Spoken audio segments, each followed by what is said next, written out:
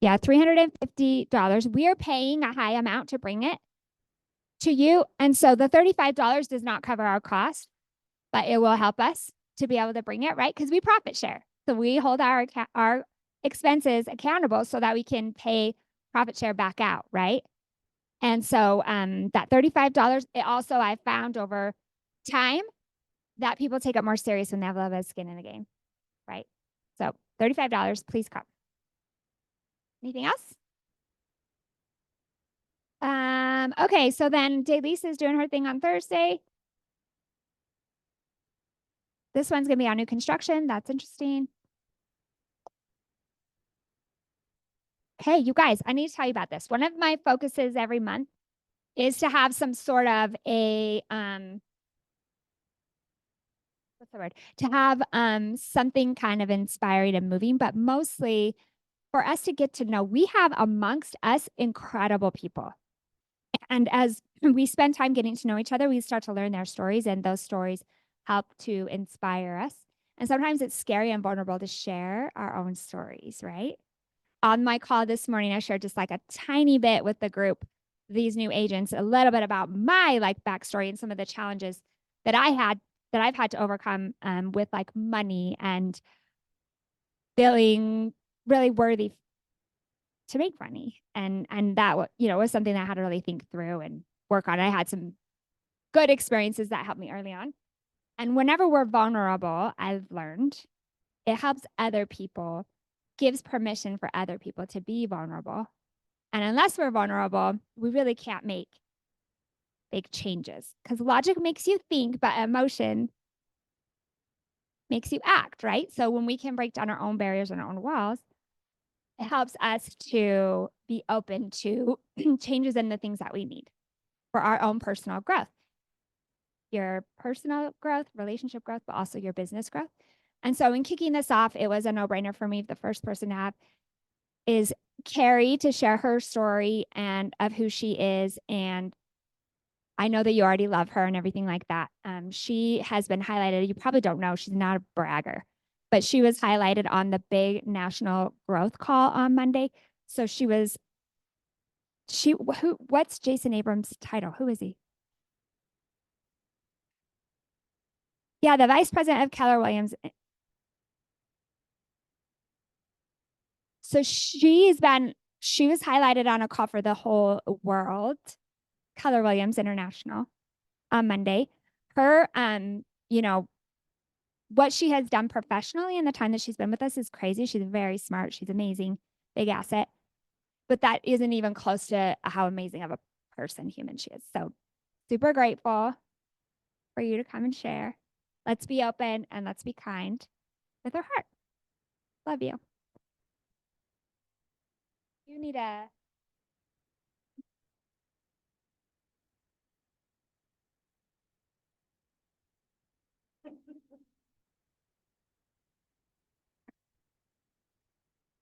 Let's see. Oh, I have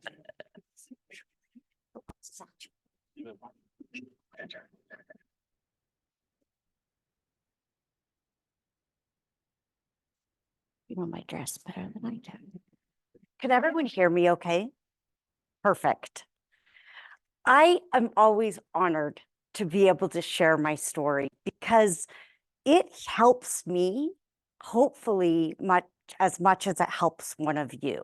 It's healing for me because when I feel like I'm in a safe place, like this is my home, you are my family. It helps me to be able to bring up parts of my story that I've never shared before. Every time I share it, something else comes to mind. And oftentimes it may be associated with a trauma, or maybe it's associated with part of the victory. So each one of us, we're so fortunate to be mankind, all of us together. This is collectively, we make up mankind. And to be mankind means that you have struggle and trial. And what a blessing that is, because how else would we find our purpose? So as I was thinking about delivering this message specifically to agents and how much I care so genuinely about you. I'm already crying. I thought this would be a perfect opportunity to really think about your purpose. You're real estate agents, you're successful, but what is your purpose? So my favorite book of all time is The Alchemist. And there's a quote in this book, and it reads, "No matter what he does, every person on earth plays a central role in the history of the world." Role in the history of the world. And normally, he doesn't even know it. So think about that today. Have you thought about your purpose? If there was one thing that you could change about you, what would it be? I'm a firm believer, my addictions might be different than yours, but I do believe that we all have addictions of some sort.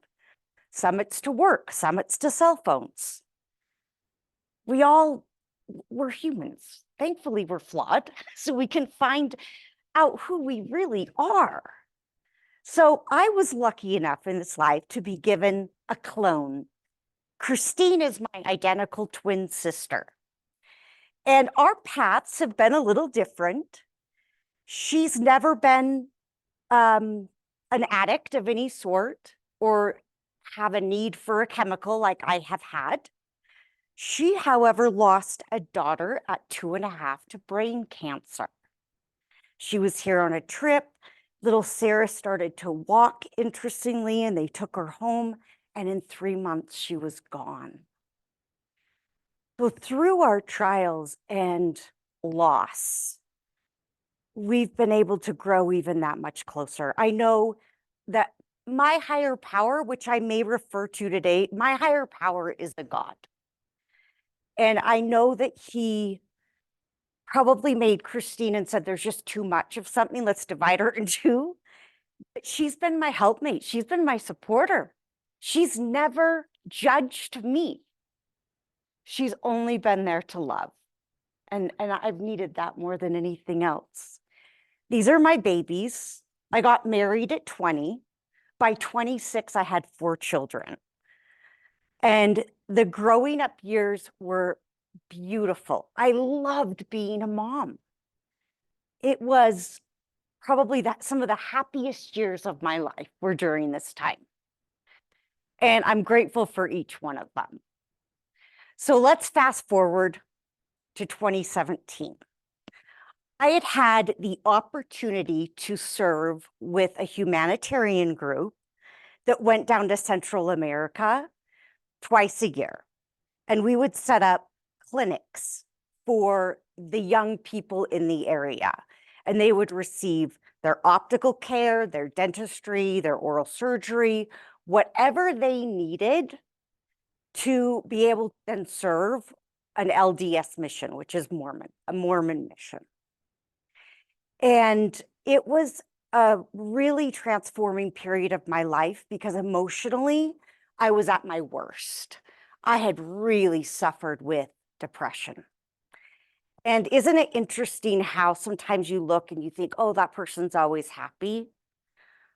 But inside, I was suffering. And still to this day, I think I'll always have an element of mental illness. That's how I was made. So these trips became almost like a refuge for me because I would leave the ills of the home and be able to escape to Central America and help people. And when you're helping people, you're happy. But it was also during this time that I started, this was heavy using of prescription pills. I'd had a neck surgery at the end of 2017, and it was the 14th surgery in an year period of time. And so I was popping Lortab like Skittles, because when you've used it for 8 years, you'll have a surgery and the doctor will say, stay on it for 3 to 4 days. Well, Carrie stayed on it for 2 weeks and then 4 weeks. And then I was just on it all the time. I was getting prescriptions for 90 pills a month. to help with my healing, but I would run through the entire 90 pills in like a week and a half. And then I would be sober for like 2.5, 3 weeks and then start the cycle all the way over. And I was sick and my insides were rotting and it's horrible. I was making bad decisions at this time. So I'm going to give you guys PG-13 version because you're my friends. So when I was down there, so just feel lucky because not a lot of people know this story. When I was down there, the locals introduced me to a substance that I'd never seen or heard of before because I was just in Happy Valley. And this substance was white and powdery. It also came from the local prison. So here I am sitting with these locals at technically a church service project. And at night I would go home into the hotel and just like breathe that stuff in, for lack of not saying snorting. And cocaine, if you don't know, is actually one of the most addictive substances, right up there with heroin. But that became my new war tab. So every time I would go down, I got into trouble that way. And I made bad decisions. So that was why I put the beginning of the end there, because that was when I really started to fall hard. So in November of this year, let's just imagine Carrie. I'm getting ready for Thanksgiving and I'm doing all the over the top things that I used to do at that time of my life with place settings. And to be honest, this is my last memory of ever being home. I was making orange pumpkins, you know, with the chocolate oranges you get at Christmas time and making them into pumpkins. And that's my last memory. But I know that after that, for 3 days following, my systems started shutting down because I was nervous about the holiday and I was popping the pills. And after the 3rd day of laying in bed, not being able to speak, it was only poorly formed sentences at this point. I was seeing things flying in the air and I'd lost my mind. So at 3 days, my spouse at the time said, "We got to take you to the hospital." And I was so worried the whole drive there because I thought he was going to take me to the psych ward because he had done that before. And when I got there, first miracle, there was a man that was over the ER that day, and he was one of the doctors that had served in Honduras with me. So he helped me, and it was at this time that I had to become really humble and admit that I had had a problem, so to an addict, when we admit that we have a problem, our family already knows. But for some reason, we think we've hidden it. But obviously I hadn't. But just the act of admitting that you have a problem is a triumph. I suddenly felt like floodgates had opened and I could just share things that I had done. And I remember being in this bed and having Amelia, who lives with me now, just crying. And my husband was crying. And after that moment, the next thing I knew is I was in a room, in an ICU room with all my children surrounding me. And I felt like a horrible person. I felt like this act, this imposter syndrome that I had, this act of being perfect, the truth had been revealed. And I felt like a horrible human being. And I promised my spouse at the time, I said, "Look, I'm gonna get help. I'm gonna do what I need to do to make this right." So my spouse found a treatment center, which was in Draper for all women. Annie's House saved my life. And he presented that idea with me, and then 2 representatives from the facility came in.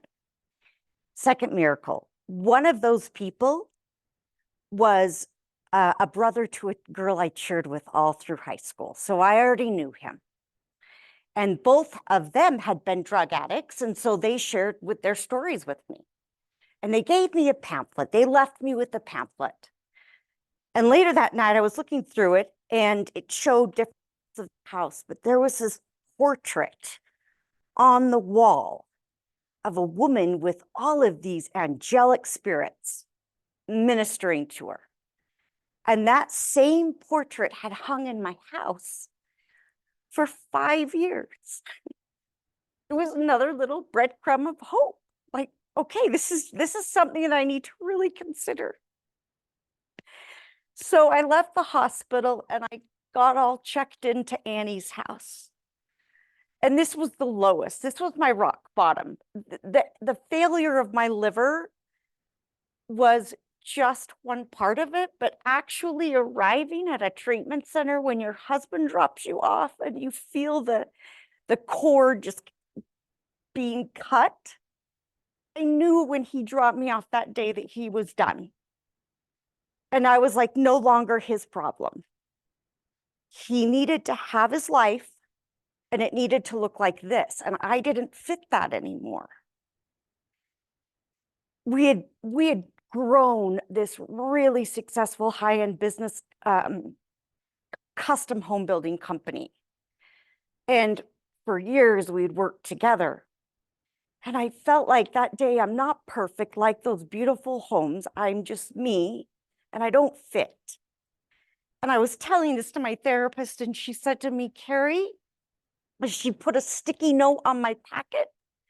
You will help so many people. And I looked at her and I said, how can you say that? I don't even know how to help myself at this point. And she said, just trust me. You're going to help a lot. And I don't know if you guys know this, but the first step of Alcoholics Anonymous is that admitting that you have a problem. You're powerless toward the drug. The last step of the 12 steps of Alcohol Anonymous is, or AA, that you will then spread the message to the world of your sobriety. And that's why I do this. This is why it heals me. And if I can help one person, this traumatic experience was all worth it. First few days at a treatment center are dehumanizing. They strip you of everything that you've owned, that you've been, that you become, and you are unbuilt, like a house, just gone. The reason why they unbuild you is for the purpose of rebuilding. But there's a lot of shame associated with it. And I remember meeting with my therapist and he had gone over, this was several days later, he'd gone over everything that I had done with me. And I felt horrible. And he said, well, I can share these things with you, Carrie, because you're not a runner. Okay, you guys know me by now. Of course, challenge accepted. I became a runner. So when everyone was prepping dinner, I went downstairs. I was done. I'd had it, put on my UGG boots. I didn't even have time to grab a coat. It was probably the middle of December at this point. I walked 3 miles to the Holiday gas station off of 126. And I called my spouse and I said, Matt, I can't do this. It's too hard. And he was there in about a half hour with my parents. And he said, Carrie, you don't have a home. This is your only home. You figure it out, or you're either on the street or in a hotel room. And for a long time, that hurt me that he said that. But now I look at it with perspective of that must have been really hard for him to say that you have no home. And with time, and my daughter Isabel was there, and really the most encouragement just came from her loving me. We can't fix people's problems. If that was one message I could send to the world, don't try to fix people's problems. Just sit with them and love them. because they know how to fix the problem oftentimes. Or they're with people like I was that could help me fix the problem. Just love me. Just love me. And that's what is about it. So I said, okay, Matt, I will go back, but you have to take me to Michael's to get crafts for the ladies. and I sometimes think, drug addicts are so manipulative. But maybe this wasn't quite manipulation. Maybe this was just smart thinking. Because when you're in the treatment centers, they take everything from you. So even the possession of a piece of paper is everything to you. And it took time for me to love these women. I was in the treatment center with pride, entitled housewife from Highland, Utah, and I was with homeless women, prostitutes, and people that had really struggled in life, girls that had been sold by their own mothers for prostitutions so they could get drugs. I heard things there that I didn't even know existed, that there were that much of a darkness in the world. And I remember this specific moment, and I'll come back to the running away story in a second, when I was in a circle with these women. It's just like the movies. We're in circles and we say, hi, I'm Carrie and I'm an addict. Well, we were in a circle and this young girl, she couldn't have been older than 18, was telling her story. And I was like rocking back and forth, hearing the things that she had gone through, to the point that I couldn't even listen anymore. So I got up and I went to the bathroom and I cried. And my therapist came in and she said in this tone, what's the problem? And I told her I can't hear it. I've never heard of these things before. I didn't know this existed. And it pains me to know that these things happened to this girl, that I really had built a wall up with my relationship with all of these addicts at this time. But she said, Carrie, you are no better than her. Your drug might have been different, but a drug is a drug is a drug. You get out there and sit with her. And again, that's all we have to do. We just have to sit with them. Those women became my sisters. We are so similar. Do you realize as human beings, our chemicals are 99% the same? 1%. And if we use that 1% to help heal the world, we're all doing it in different ways. That's your purpose. Sometimes in the darkest of moments, we figure out what our purpose is. So the days progressed and I became so close with these women, and I took the paper. By the way, when I returned back to the house after that, I got punished. And let me say that for the first time in my life, I felt what a consequence was like. They took all my calls away that week, which I'm going to be honest with you, rehab, not to scare you, it's a little bit like jail. They give you 3 calls a week. They took them away, and they took my Sunday family visit away. And I had to go watch. They made me go watch all the other people with their families. It was brutal because I had only been in at this point for maybe 20 days. So again, like this kind of threw me down a little bit, but I was still trying to figure out who this Carrie was. I look at that picture and I don't even recognize that girl. I almost feel such compassion for her because I don't even know her anymore. But these days went on and my punishment was fulfilled and everything was made right there.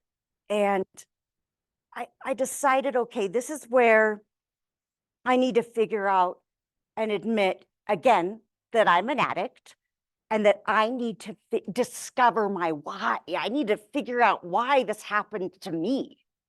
So in studying the steps of AA and in going to, we every night we had to go to an AA meeting or NA or meth. And meth was my most favorite because the people were the most humble. Meth is a fairly inexpensive drug. It's also so deadly. But the people there brought me in like I was just one of their own. And at that point, my pride was gone, and I really just felt proud to be part of something amazing. And they gave me a bell that night. You know, when you go and you're one day sober, they give you a coin, and then you graduate through the weeks and the months. But this was the gift that stood out to me, the one that they gave me that night, because he said, every time you ring this bell, someone has died. I mean, even in this conversation that we're having alone in this amount of time, 68 people have died of overdoses. And when I see that bell, I want to ring it. I want to find these souls. I want to speak for these souls that lost their lives, because I know that they're whole and that they want me to share their message. So I keep that. It's actually up in my office. I keep it on my shelf and always remember that. So in order to change, we have to be humble. Well, the therapist met with me one other time, and this was further down the road. And he said, Carrie, I want you to write down everything in your life that you've done wrong. So I wrote 3 pages worth of stuff. A quarter of the page was, yes, dedicated to the cocaine in Central America. But he made me go into this outdoor fireplace area and shred the paper. Because I don't know if you're like me, but I can forgive someone for anything. But when it comes to forgiving myself, it's so hard. I have such high, unrealistic expectations of myself. But watching that burn, that paper burn, was so healing. My life was changing. I was changing chemically. 7 years, each one of us have new cells. That means we can change. Even if it's just 1% for 100 days, we're 100% different. Viktor Frankl wrote the book Man's Search for Meaning. I hope you've all read it. If you haven't, download it today. He was a survivor at one of the camps. I think it was Auschwitz, but he said, when you are faced with an intolerable situation you cannot change, you must change yourself. And at that point in the treatment center, that's where I was at. I knew I had to change. So we started decorating the house. And I only had paper. So I called the ladies up and I said, we're going to decorate and cut snowflakes until our fingers bleed. And they sat down and we wrote on, each one of us made probably a dozen different snowflakes. And we wrote down every single thing that we were thankful for about our journey and sobriety. And then we put them all over the windows in the house. And that is a moment that I will die with. Women at a table with such different backgrounds, doing something healing and making the world prettier. That I've already lost 3 of these women because they got out and went back to their addictions. But that's one of those moments in your life that you just hold on to, because not many of us have that experience. So I started helping these women, like the note said, without even really realizing it. And they started helping me. They held on to me in nights that I cried. The center had given me the most beautiful, bright room on the main floor the day that I arrived. They probably thought, oh, she's had this. Let's give her something nice. But then 2 days after, this lady came that couldn't walk down the stairs. And so they gave my room to her and put me downstairs in the coldest, darkest room that was more like a closet. And that's where I again like hit rock bottom. I got on my knees and I prayed to my higher power and I said, you've got to intercede. I can't do this alone. It's like a cycle. You know, the cycle of grief? Healing is the same way. It's not linear, right? We'll have good days and then we'll have bad days and then we'll start over again. And this is life, this circle of healing. But there was a day while in treatment that my beautiful daughter Madeline was married. And this day came not like you might dream of for your first daughter and her wedding. Because I was in the treatment center, I couldn't help with all the details at the end of the wedding. And they told me that I had 6 hours that day that I could leave the treatment center to go to her wedding reception and wedding, and then I could come back. The hardest thing about that day was because of my choices in Central America, my bishop at the time said, you can't go, you're not going into the temple. And so I had to sit down with all the children while everyone else went upstairs and witnessed the wedding. And a little miracle happened that day because she happened to have she chose the Salt Lake Temple, and the only temple in the world that has a room where a mother can dress the bride is at the Salt Lake Temple. So I was able to dress her. And to me, that was just as special as seeing her, not being able to see her get married. I was afraid this day, I'll be honest with you, because I knew I was going to see family and I knew I was going to see friends. And at this point, word travels, gossip, and I had to come to the point where it was what it is. But you know what I learned that night? Here I was worried about how my friends would perceive me. People give us grace. We don't expect it, but I would give grace to you just like you would give grace to me. And it was a lovely 6 hours. And I was so touched with the support and the love that I received that night. We always tell ourselves these crazy stories, Brene Brown coming out. We tell ourselves that it's going to be the worst case scenario, when in reality, it's not anything like that. But of all my children, I've got 2 now that are married. The other one was engaged when I was in the treatment center. But this day, I remember vividly coming back to the house, and it was late, but there were still 4 or 5 of the ladies sitting at the table waiting for me to come home because they knew that I was going to be sad. And they sat with me. They just sat with me. Showing love doesn't even have to use words. It's action. And I'm just grateful that I lived. A month before this, I almost died. So I was just very grateful that my higher power had given me the power to live past that organ failure so that I could witness the most beautiful moments of my life.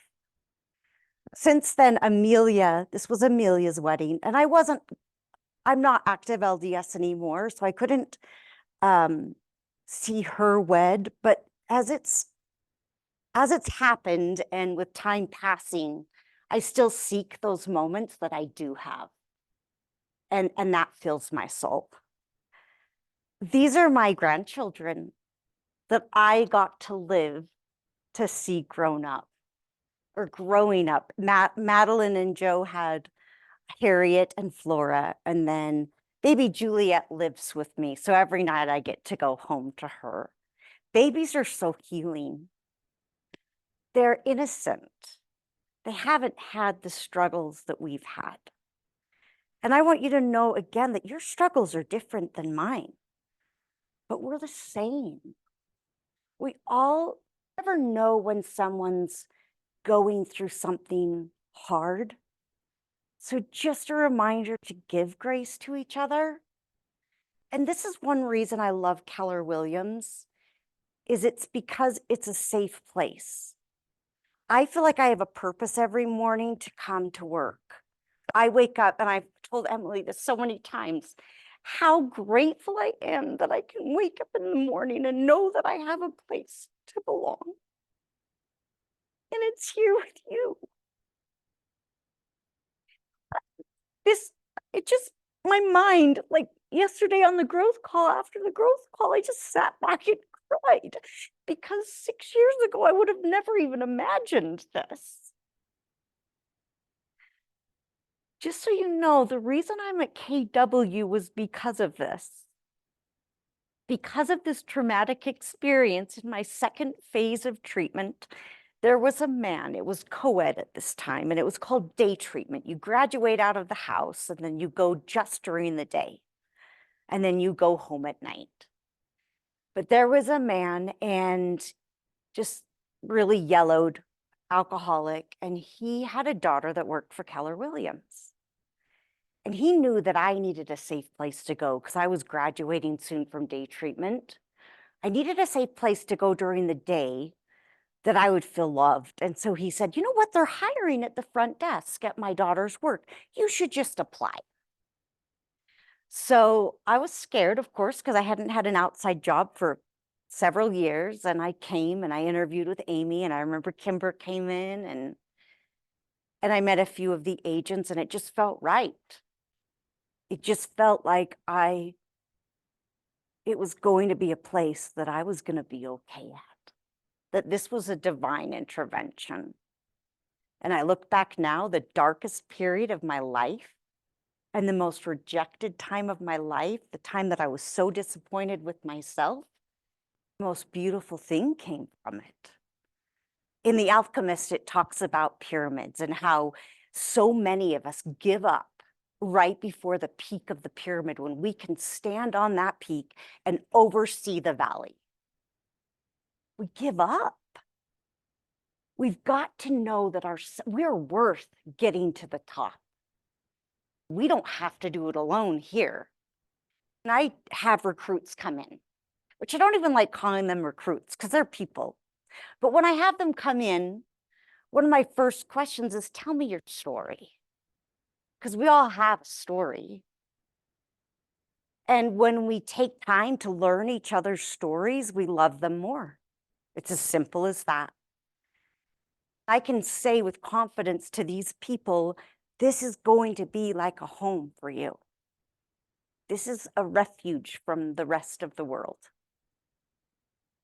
And thankfully, some of them have believed it and come. And it's exciting for me to be able to help someone who's starting over, because I had to start over too. Women in their 40s who are starting a new career. I've been able to connect them because we all know what it's like. And I want you to think, as I wrap up here in a few minutes, of people in your life that this message might help. I know that all of us know someone who has an addiction, and I want you to also know that I would be happy to talk to anyone and point them in the right direction. The hardest thing they have to do, though, is admit it. That's the greatest triumph, is saying, I have a problem. So from that experience, you learn something, and then what happens? You're tested on it. I had 6 hours. My spouse did not want me to come home. And I remember through the process, the therapist asked me, what would happen to you if your family didn't want you back? Because they have a safe place now. And when he said that word safe place, I thought, I'm not a monster. But the reality was they didn't. So I had 6 hours to find a rental.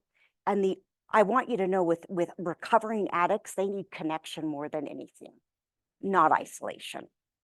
They didn't understand the process. Connection is the opposite of addiction. I had to find this home in Lehigh, 5 minutes from my Highland house, and I lived there alone.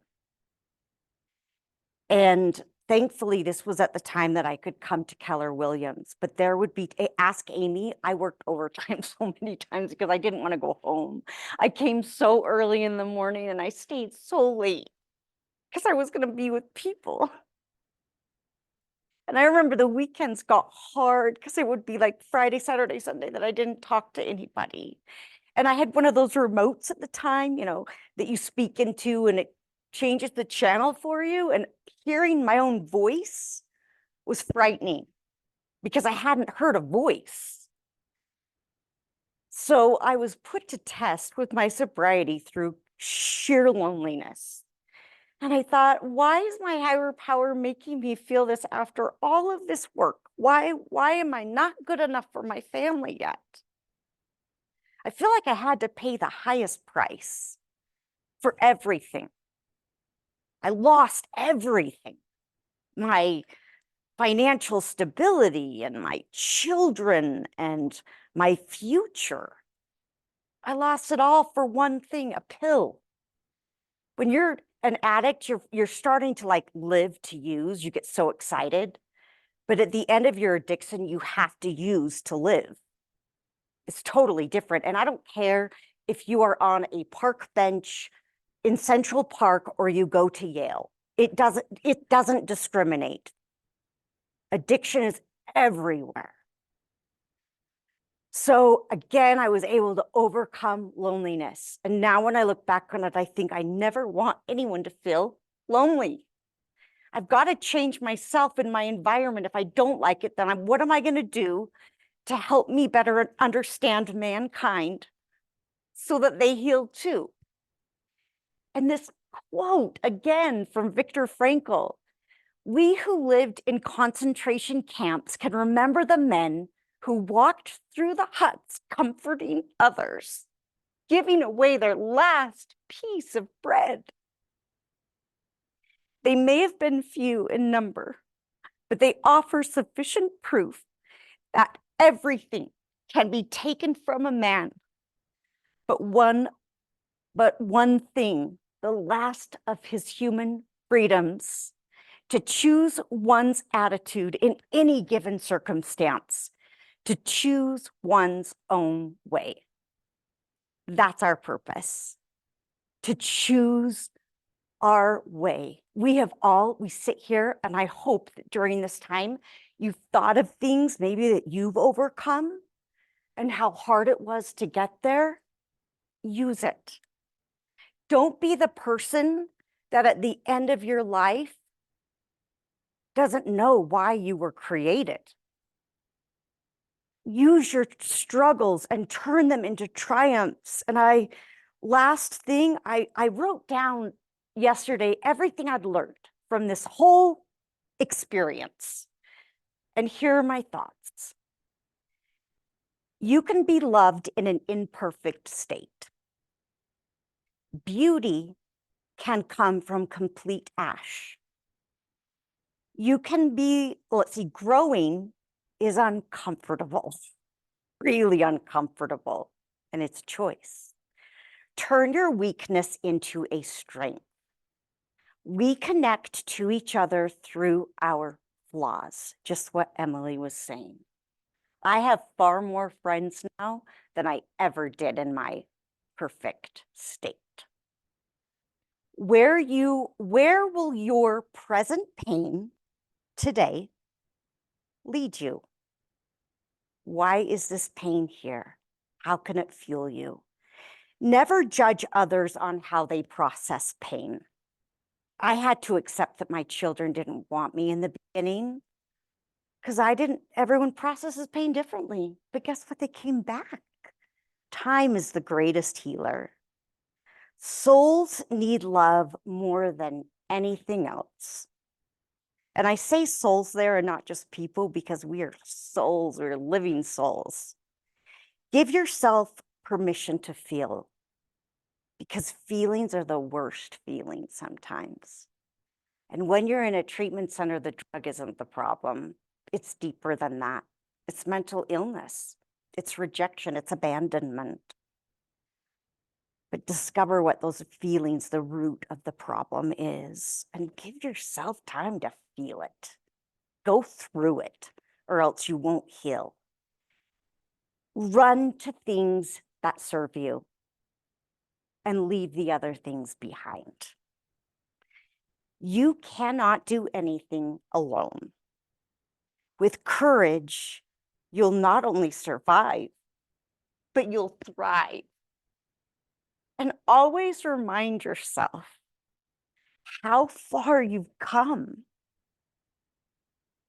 And now you have this knowledge. How will it serve you and how will it serve others? Thank you for letting me share and be vulnerable with you. I'm so happy that I feel so safe and loved from you. And thanks for trusting Keller Williams, because we're far more than just another real estate brokerage. But the MREA will change your life, not just your business. The business is the side, but what you do with your life is what you'll carry with you forever. So I love you. Fell often, fell fast, fell forward, then get up. Get yourself all clean again. And then just be peaceful and give yourself. Thanks for having me.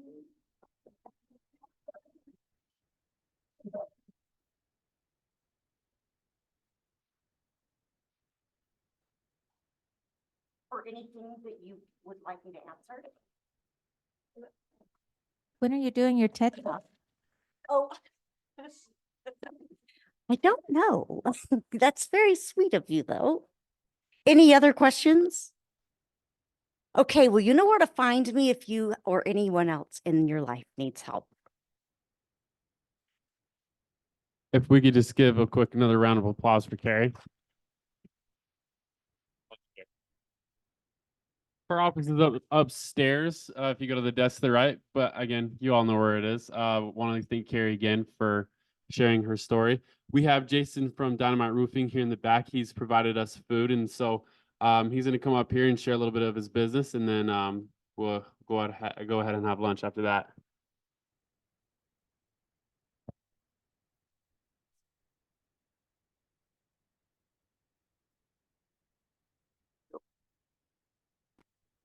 All right. I don't know how I follow a very heartfelt message from you. I love that you said you're not just another real estate brokerage. I always am talking to our customers that we're not just a roofing company. Sure, we all put nails and shingles, but there's so much more. It's our why, it's our purpose for what we do.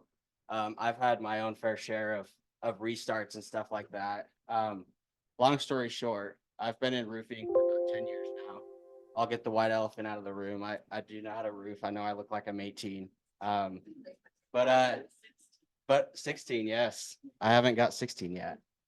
It's usually 18. But I half of my roofing journey has been in the labor. So one thing that separates us at Dynamite Roofing is we're not just very sales oriented to just go in and sell a bunch of roofs. We actually know roofing. And it stems from me surrounding myself with a lot of actual roofers and me being an actual roofer myself. We are one of the industry leaders with using technology to better serve people. And the reason I wanted to come here and I guess talk to you guys for a little bit is because I know that you guys probably have had bad experiences with roofers, right? Who loves getting bids for their customers from roofers? Probably nobody, right? Why? Because we don't answer our phones. We don't get you the estimates promptly. You guys need to service your people, and if you have bad referral partners, it makes you guys look bad to your customers, right? So we have identified that to serve our customers that we could then relay it into real estate agents, property managers, just people who share our same type of customer. So our mission at Dynamite Roofing is to deliver peace of mind by protecting our customers' homes through cutting edge technology and reliability. If you go onto our website, dynamitutah.com, you can literally go in there. It'll look something like this right at the very front, and you can type in an address and get an instant estimate. As a roofer, there's only three main things that we look at when we're estimating a roof, and that's the square footage of the roof, the type of materials that they want, and the steepness of the roof. Whether there's 5 pipes, 7 pipes, 10 pipes, it doesn't really matter when we price it out. So if there's venting, things like that, it's very irrelevant relative to the whole cost of the roof. So you can literally just go in there, type in an address, get an instant estimate. That'll give you 3 options, a good, better, and best, and have financing options right there.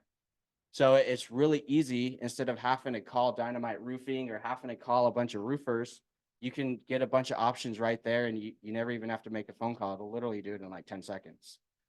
So, yeah. So one thing to remember is dynamitutah.com. A lot of this stuff, and also as we're actually, of course, when we get a lead and stuff, we want to make sure we go in and do an on-site inspection. Because if there was an addition that happened in the last couple months that didn't register on aerial views, then we may want to factor that as well. There's always a couple contingents in our agreements, no matter what it is. We don't know how much decking is going to be bad until the shingles come off. Things like that everyone's going to tell you. Until that comes off, we just don't know. We expect 1 or 2 around the chimney and things like that. But I think I had some more slides on here. Do I just push next? Roofers aren't that good with technology unless it's with drones and cool stuff like that.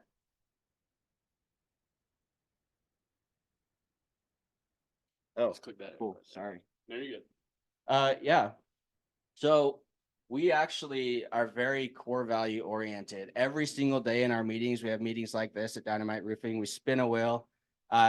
Whoever it lands on, they choose a core value to talk about, because it's not just about being a brokerage or just being a roofer. It's how we operate that sets us apart. So we abide by our core values. We hire, we reward, and we fire based on our core values. Every time we show up to a roof, there's 3 main things that we look for. We look for repair options, replacements. We also work really well with insurance companies. We have great relationships with insurance companies. I know a lot of roofers, there's a lot of opinions on roofers that work with insurance companies because there's so many different ways, but we value the relationships that we have with these adjusters. So we don't help people file claims for things that shouldn't be covered, because it's a little embarrassing when you're on a roof trying to get an adjuster to cover something. And he's like, well, what am I looking at? So there's a lot of things that we're very, very aware of from the very beginning in our inspection process. And as we're going through there, it can range for repairs anywhere between $750 and $5,000. This is a very extensive report. We go in there, we do a full roof tune-up. It's perfect for if somebody's buying or selling a house. They just want to make sure everything's good. They're not leaving the new owners with leaks, or they're not getting into a home that's going to have leaks very soon. Here's a couple things, what it looks like. I mean, we removed the swamp cooler. There was no leaking on the inside of this house. And there was no leaking here that made its way past the paint. But as you can see, there's all this rot around the decking, because a lot of the times when it gets into the attic, it evaporates and there's so much condensation getting through the insulation and the trusses and finally making its way through the little hole in the paint. There's a lot of opportunity for it to just evaporate. There's a lot of damage that happens that you don't actually see coming out of the paint of the ceiling. Roof replacements usually average between 15 to 20,000. You guys know that. There's a couple, like, everything is very process oriented from the start to finish. With step 1, we do the same thing every time. And then I think there's a little video. This is just a roof that we did, and I just wanted to show a little time lapse of that, because every single roof we do, we have a policy to have a minimum of 500 photos of that roof, from the first inspection to the during inspection and all of that, so that we can always give a report back to you guys or our customers and say, hey, here's everything that happened. Here's why it happened. Here's all this kind of stuff. So this is, can you push play? This was done like, I think 2 weeks ago. lapse, but every single job will at least have 4 to 5 hours of footage going on through that because our superintendent has to report back to our office every little detail, and that's how we can do as many jobs as we do. Repairs, we do about 10 repairs a week right now, and we do anywhere between 15 and 20 replacements a week as well. So with the volume that we do, the service and value that we can add is significant, and we can only do that by really dialing in the process and making it easier for people like you to do business with us from all the way from just trying to get an estimate for a client. So that pretty much sums up what I had to say. I know you guys are probably starving, but if you have any questions for me, I'll just kind of hang out. If you guys want to chat, exchange information, I would love to work with you guys, get to know some of the people that you guys know, and see how I can better serve you guys.